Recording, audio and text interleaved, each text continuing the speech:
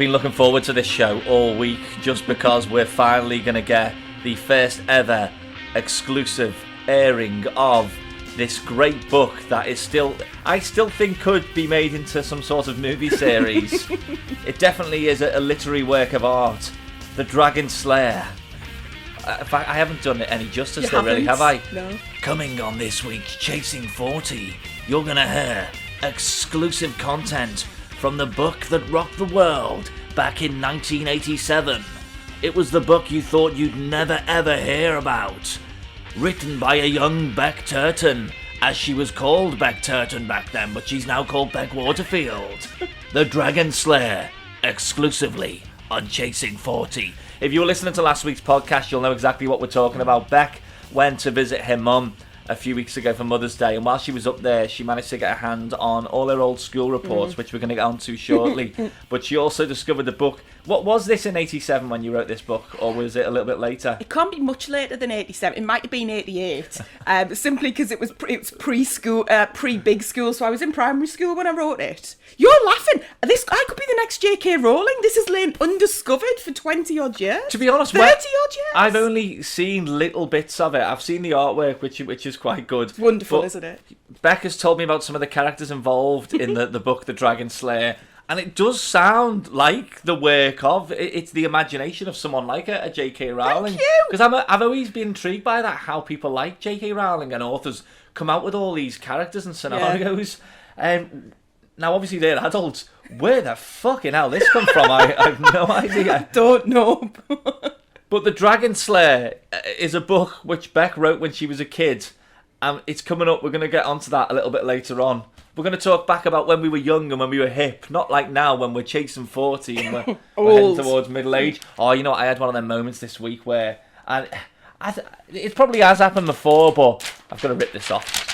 I've made notes on this one. That's how traumatised I was by it. It probably has happened before, but I think as I'm getting a little bit older, I'm starting to notice it more and more now. You know where there's like younger people in a room and they're sort of mocking you for being the old, out-of-touch guy. All the time. And it was this week, there was a date. Now, I sort of loosely knew what it was about because when they threw it at me, I was like, yeah, that's the weed thing, isn't it? But I was thinking, please don't ask me anymore because I've no idea. The weed thing?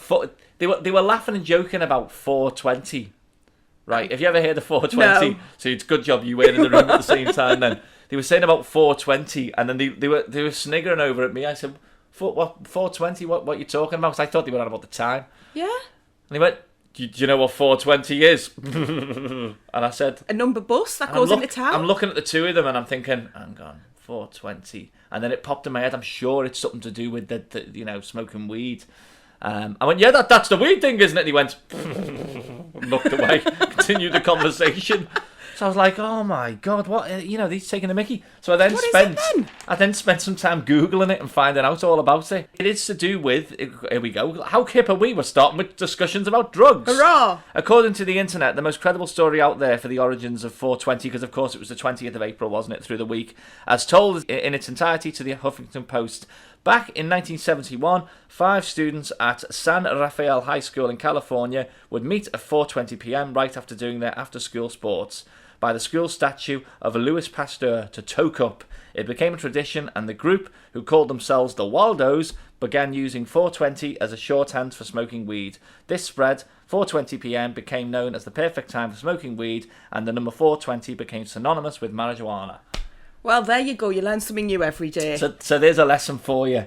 Do you know what really winds me up about that, though? It's Americanised. It should be 24. There was loads of them. I hated when they put the month before the date. Yeah. It really annoys me. Hey, well, speak to your local MP about it. I will. Talking of local MPs this week as well, again, sounding and feeling old, because we've got another blooming general election on the way. I know, how so exciting. I've been well into me politics this week. I was out, I don't know where I was, but I switched my phone on, and I had like about 10 messages all come through. Weirdly, 2 of them off my mum and dad, both telling me that this general election had been called, and then I got in a taxi with a guy called Ebenezer. Whether he was good or not, I don't know. But he was then talking about it. I was like, wow. How did you find out his name was Ebenezer, by the way? Because it's an Uber, and when you get an Uber, it tells you who your driver is. And I was like, oh, God, I can't wait for Ebenezer to pick me up. I sent his image of this black taxi driver turning around going, hi, I'm Ebenezer. Let's talk about the election. Oh, and where the hell are you going today? Pretty much, that was it. Yeah, so is this our third in the... Because obviously we know we've got listeners all around the world who probably won't be too interested in this one, but I think this is our third election on the trot now, isn't it? Because we had the general election last year, didn't we? Then we had the... Do we have the EU one as well at the same time? And now we've got this one again. Yeah. So it was brilliant. I think, was it the BBC that spoke to someone? Was it Janet or Brenda from Bristol?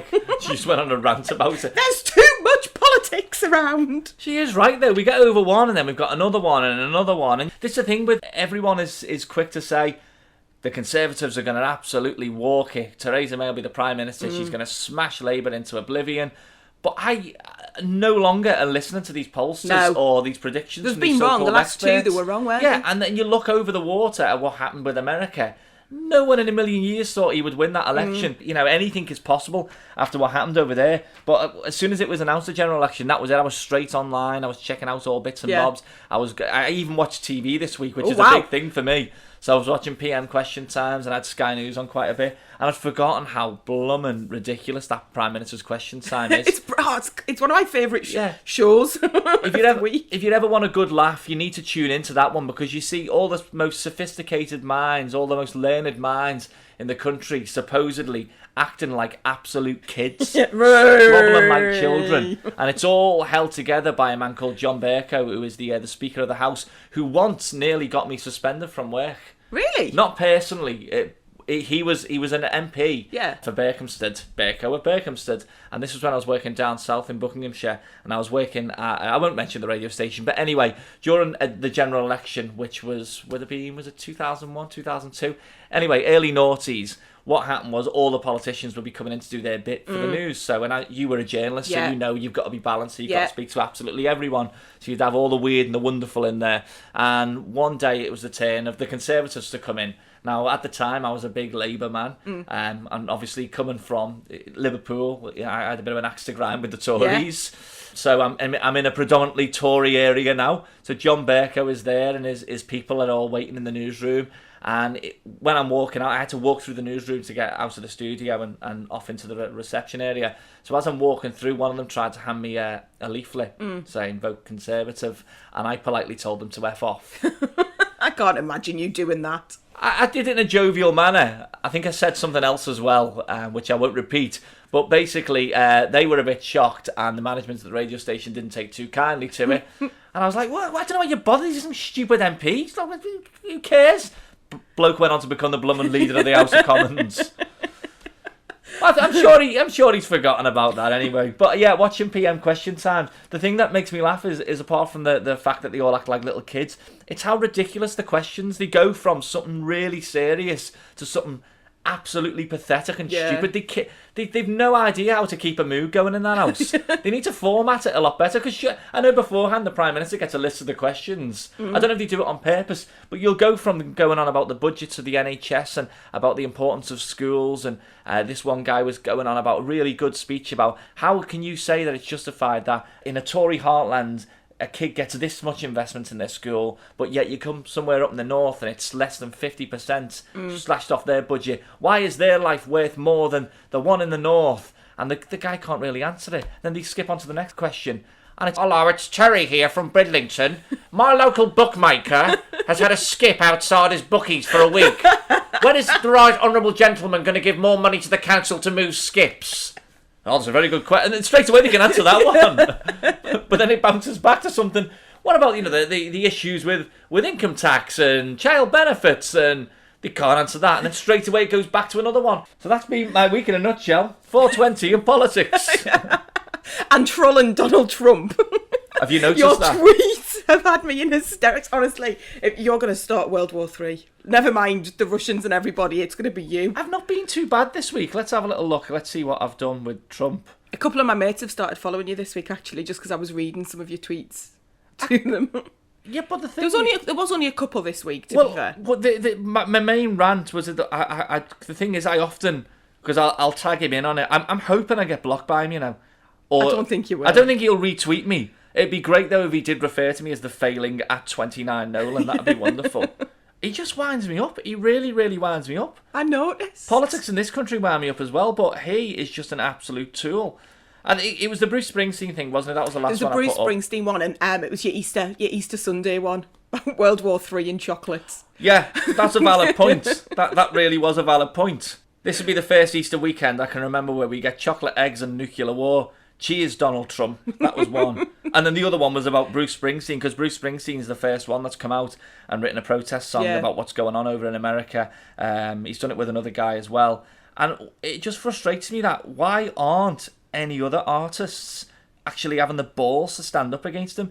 From what I can see so far, it's only the likes of Alec Baldwin and comedians, and obviously the boss, who's now got involved in it. But it's wrong what's going on. It really, really is on so many levels over in the States. And we go back to, I think I tweeted through the week. I'm sorry to get all serious. We'll move on to the Dragon Slayer in a minute. Hey, that's really serious. Yeah. But I tweeted about John Lennon, right? What would John, if John were alive, I was thinking about it. It'd be fascinating to see what he'd have thought of what's going on, not only in the UK, but in the world right now, and the likes of what's happening with Donald Trump. Because if you remember back in the 70s, he had people marching against Vietnam, and he was doing everything he could. He was singing protest songs. He was doing everything he could. I mean, I know he come across as a bit kooky, but he had good intentions, and he was looking for love and peace and getting that message across. He had the balls to stand up to the authorities. They were going to kick him out of the country. The FBI had all sorts of files on him, but he didn't give a toss. He kept going and going. Right now, they're shit scared to say anything in case Donald Trump goes, the failing Ed Sheeran or the... Come on, have the balls to stand up. One of you come out and do something, say something.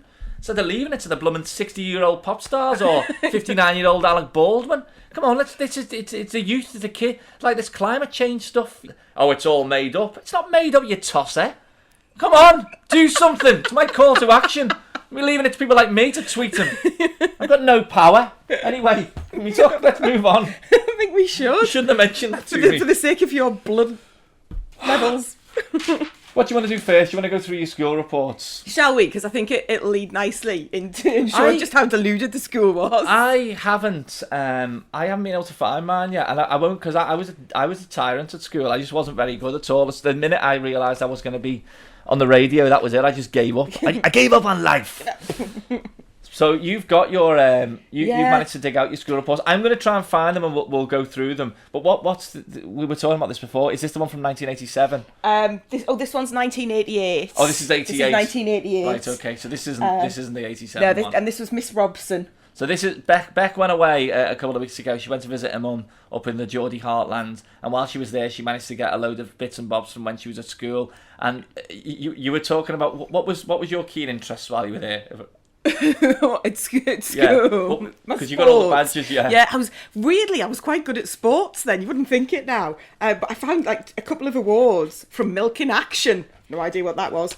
But basically... Milk in the 80s, schools. Thatcher, you bastard! Settle. But I got a bronze award for the 100 metres. 17.5 seconds. It's not bad. I'm not that much slower than Usain Bolt. Yeah. What, isn't it 9 something? Yeah. Do you know what, like, honestly... That's not that far away, though. No, it's not. Like, I honestly don't think I could do that in 17... And I go to the gym 3 times a week. I couldn't do the 100 I couldn't do it now. No, maybe 17.5 minutes. Well, you could do it. And I got bronze for the shot. Just call me... I don't know who did the shot, but Fatma Whitbread. Yeah, bronze for the... It doesn't say how far I threw it, though.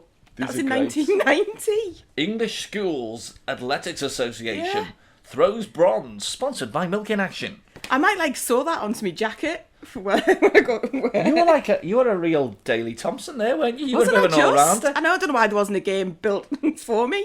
Yeah. If you weren't running 100 metres, you were throwing that shot put. so just to get, that's a bit of a background. Bec was into a sport, and she was a keen shot putter. I was also very quiet, responsible and sensible, according to Miss Robson. Miss Robson, if you're listening right now, you might want to check out the back episodes of Chasing 40. We're on to episode 10 now, but you'll see that sort of has changed as the years have gone by. Quietly spoke, another one, Mrs. Barkis. Rebecca is quietly spoken, hard-working, conscientious girl who's had a pleasing year. And then came the Dragon Slayer. Is this building up to the Dragon Slayer? Pretty much. The rest of them are just kind of, my little certificates of achievement for consistently good all-round performance and excellent attitude. And yeah. Is there anything about drinking wine at a young age or? No. No, funny enough, I kept that from... Oh, there's my National Cycling Proficiency Certificate. Wow. Why isn't that framed next to the picture of you and Goss? It should from be, Bros? really, shouldn't it? So that's just a bit of background. We wanted to get that to show that Bec wasn't insane when she was at school. She was a normal functioning child who enjoyed sports and was getting nice school reports. Yeah. Which brings us on to the book. This book has been in the vaults for near 30 years. Now, for the first time, we're gonna hear tales of the Dragon Slayer. Now, when I'm trying to think back to when I was at school. Obviously, when I started getting into music, I started writing songs. I would be able to locate them. Brilliant. So, You've got to do it. But I don't think they're going to bring that much comedy value, really. Because Can you not? This isn't comedy. This is deep and mean. Stop laughing. My artwork's not great. I wasn't a good artist. Check out, by the way, at Chasing_40 because we'll have pictures of the Dragon Slayer. We won't be putting all the pictures on there because obviously for copyright reasons, this is going to be picked up at some point this week by Universal Pictures and probably made into some sort of trilogy. Can I just ask why you were laughing? The first picture's just of a sword and you're laughing at it. It looks like an ice cream cone, though. Yeah, I was going to say it looks like a cornetto. I don't know why I've got hearts because there's nothing loving in this book whatsoever. Okay, so this is Bec. We need some dramatic music for this one because it's a real dramatic production that we're going to discuss here right now. So Bec is going to read. Do you want to just read the first chapter because isn't this set up? The what's the first chapter called? It's called The Seafarers. The Seafarers. Seafarers. Oh look, I've made a spelling mistake. My teacher didn't notice. You should have marked you down for that. Mrs. Barkis. So here we go. Here's some background. This is the setup for Bec's book, The Dragon Slayer, which she wrote in the 1980s. Around about do we think this is 87, 88? I reckon it's 87, 88. Okay, so remember, this was a very productive year in the world of entertainment. It was the year that Fleetwood Mac released Tango in the Night, which went on to be one of the best albums of all time.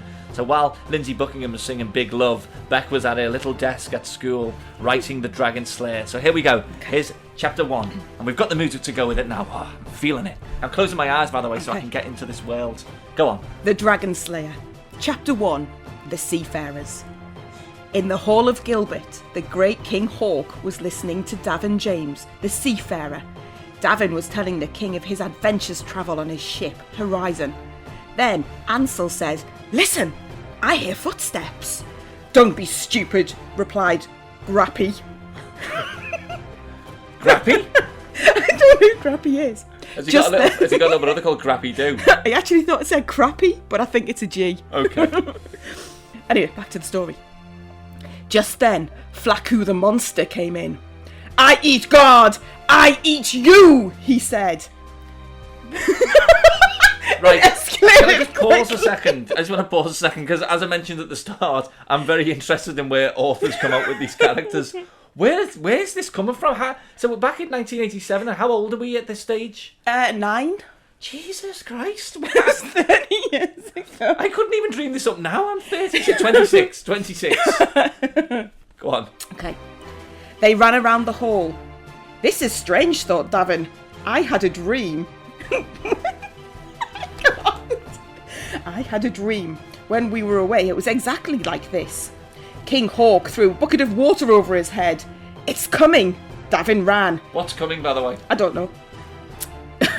He kept hearing voices. It said, "Davin James, Davin James." It was a strange accent. Could well be me. It came again. It said, "Come, come, come to the Gave Hall." Davin decided... Gave Hall? The Gave Hall. Okay. Davin decided to go to the Gave Hall.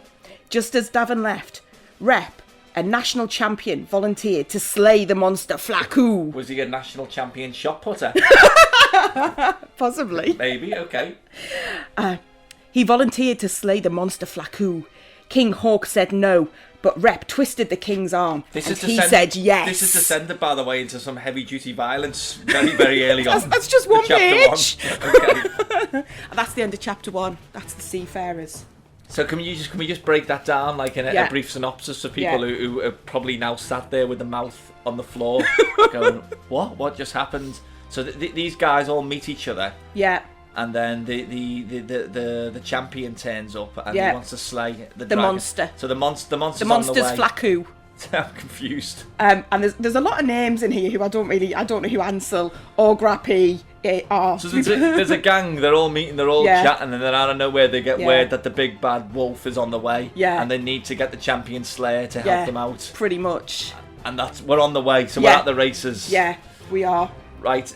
I mean, if you want to have a little look at the picture, that's King Hawk, and I don't know what that bunch is in his pants.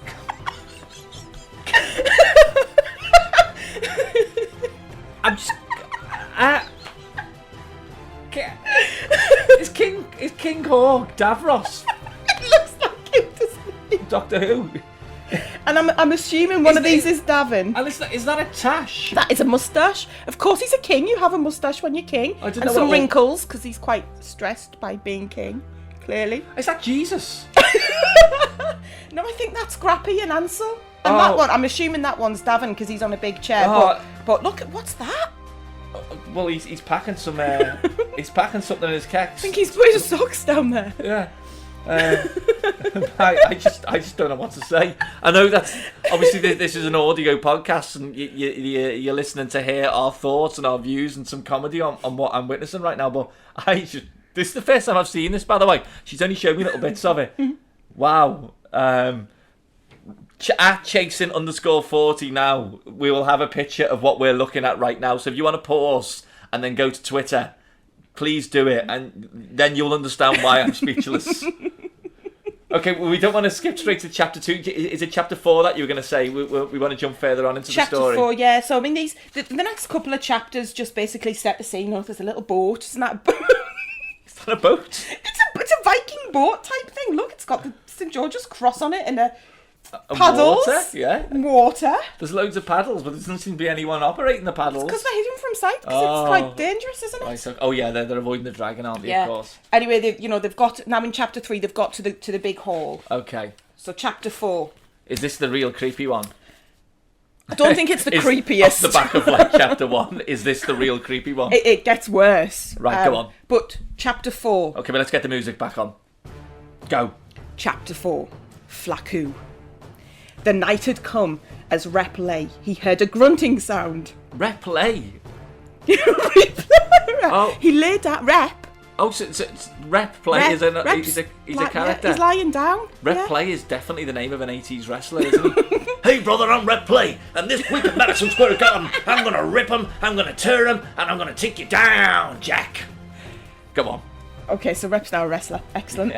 He heard a grunting sound. I sleep dragons, brother. He could plainly hear what it was saying. It was saying, "Who dares lock me out of Gilbert Hall?"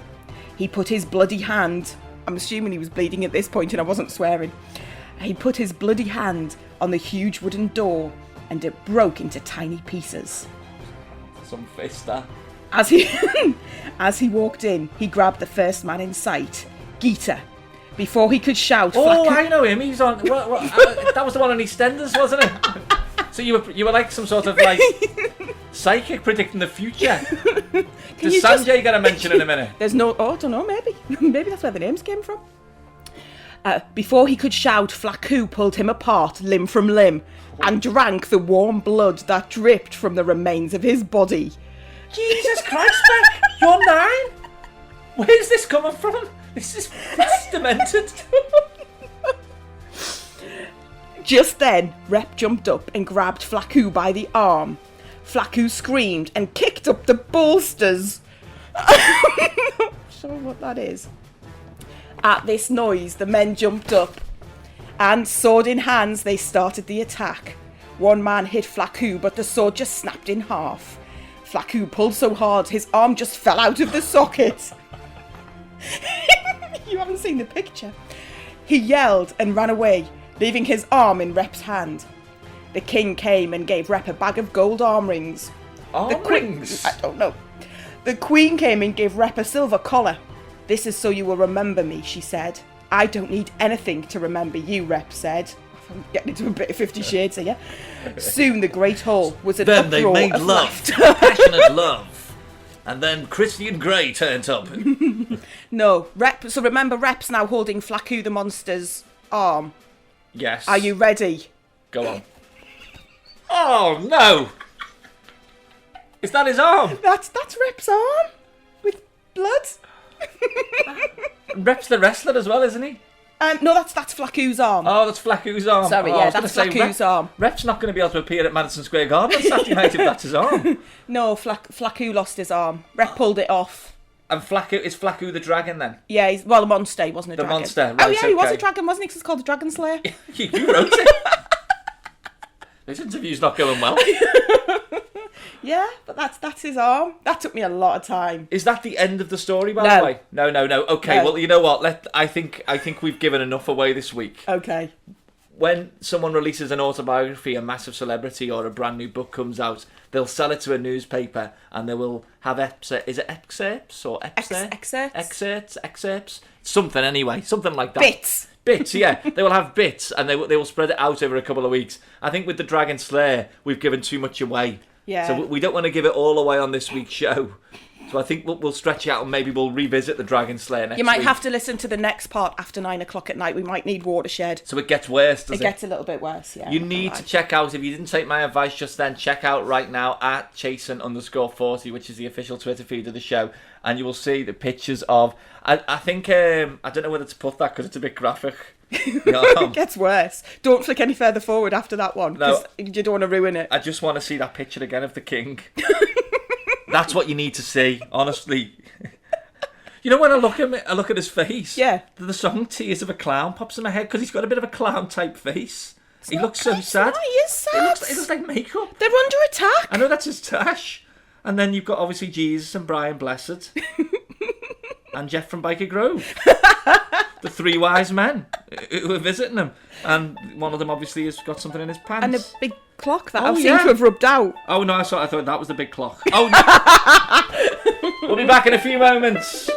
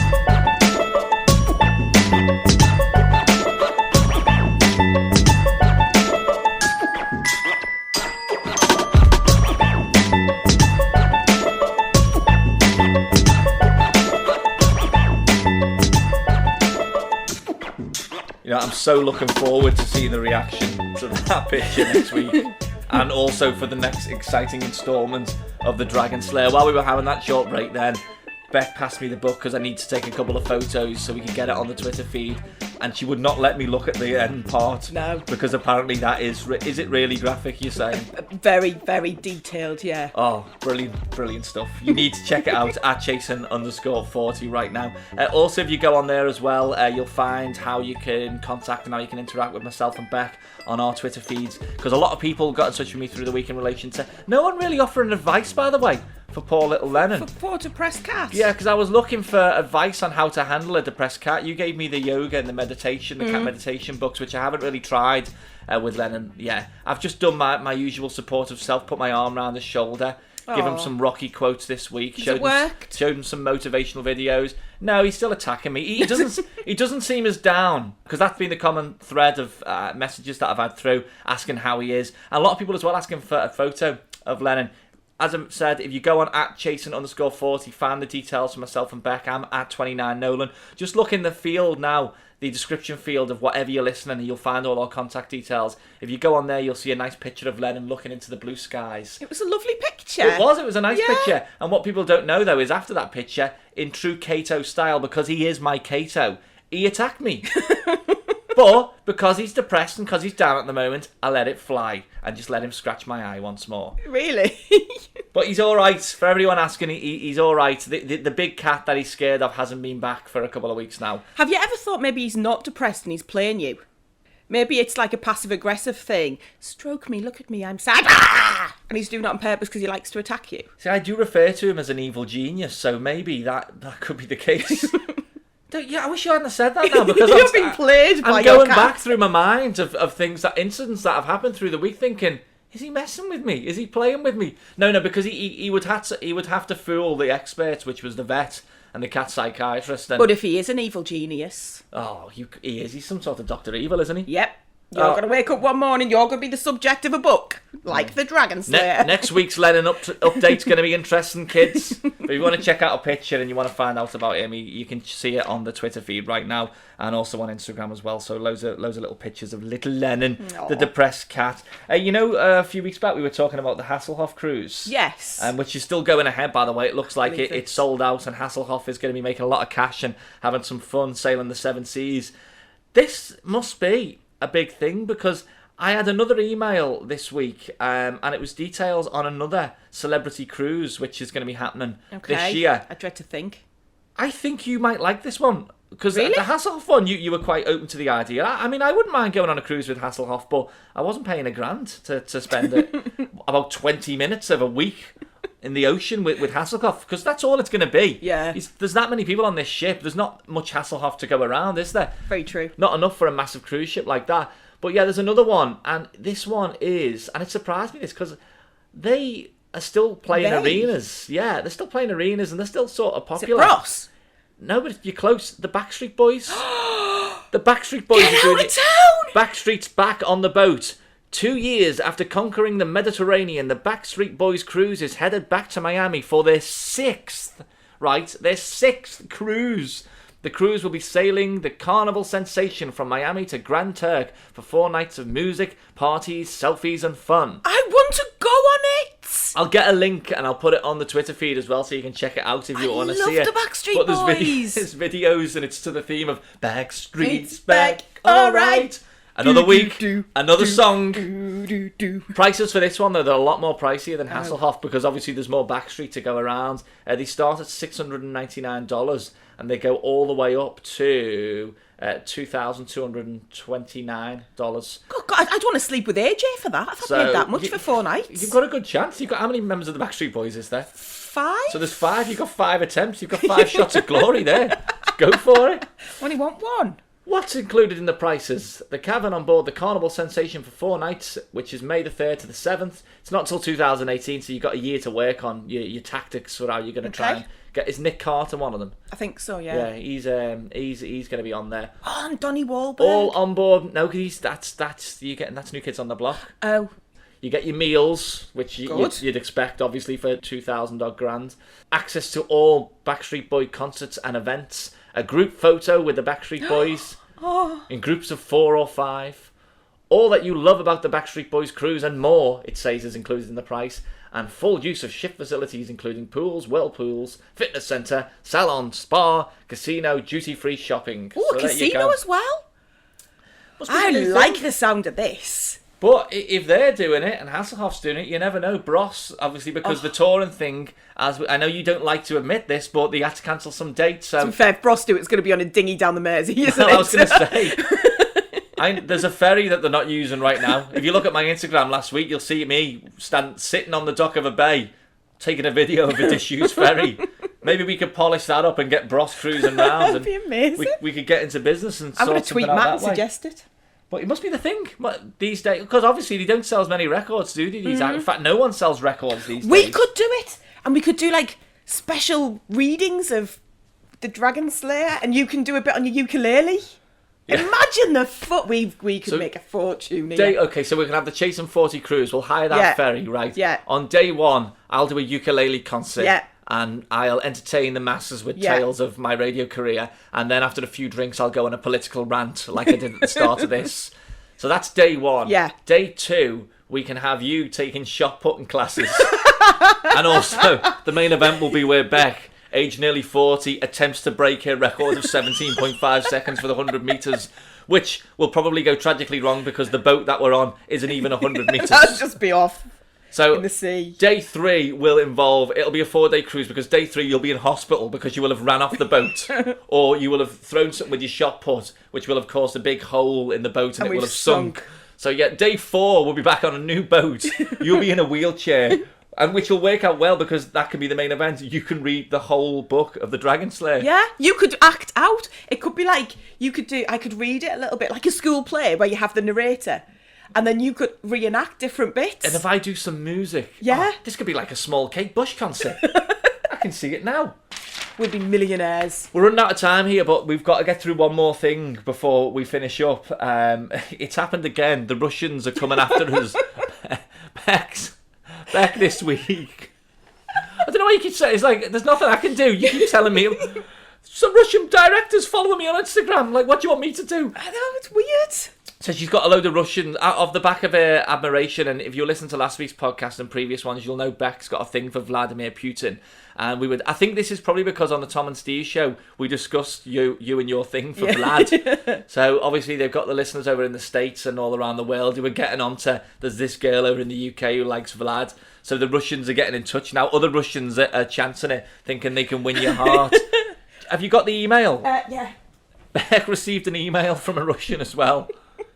Now, they don't reference the show, do they? No, there's no reference to it whatsoever. Hang on. You don't have to read it all, but aren't they basically trying to get you to come over and get it on with Russian men? Yes. So it's an email from Dinara, who's from Krasnodar. Oh. Hello, Dinara in Krasnodar. Well, obviously we have got listeners in Krasnodar because Dinara's got in touch with us. Hello, baby, is how it starts. I can't do a Russian accent. Hello, baby. Hello, baby. I will try and interpret it each time you speak. The people here, especially the women, are much warm and even hot, just like the predominant climate we have. It is so hot our Prime Minister can take off his shirt and do manly things. Of course, the most beautiful girls on our planet are in Russia. Trying to crack onto you. Straight away, he's sending something over to the girl in the UK. He doesn't want to be saying that. He wants to say the blokes are like that and we're looking for the beautiful women over in the UK and beyond. I don't think that's what this person means. Why, what's he go on to say? Do you want to find them? Oh. I can tell you how. Please join the site. I have enrolled myself, and so are thousands of those beauties, which we just mentioned now above. The premium online dating website provides you with anonymity, convenience, and freedom of choice. To be fair, what's his name again? Dinara, you probably he's just chancing it there, then, isn't he? Because we've discussed quite openly the usage of, what was it, Tinder? Yeah. You were going on a couple of weeks ago about blood and stuff that got up to at an Ann Summers party with a load of other women, undertakers. Yeah, you need to check that out now. That's the episode called "The Kinky Undertaker." You're making me sound really weird. You've gone on non-stop about how you've got a thing for Vladimir Putin. So Dinara probably, he's trying to get promotion for his business there, you know. All right now. So, yeah. And he wants a celebrity endorsement. Yeah. You're right up his street, love. Right, we need to shut up because we're running out of time. Exciting news, actually. I wanted to get onto it this week, but we'll have to do it next week. We are going to be on another platform shortly. So if you like listening to Chasing 40 and you'd like to listen to a little bit extra, something a little bit longer with some music, we'll be telling you about that. We're going to be on a site which is called Rcast, but we'll do that next week on the show. Remember, you can check us out on all the usual channels. Wherever you're listening right now, you can like, you can subscribe on YouTube, Channel 29. You can do it on SoundCloud, or go to iTunes, subscribe. Apple does all the work for you. You can leave a review, and you can check out all the previous episodes as well. We're on to episode 10 now, so there's loads of Chasing 40 if you're new to us to check out, and loads of weirdness from Bec involving Russians. It's not just me. See you next week. Oh, more Dragon Slayer next week, remember, don't miss that.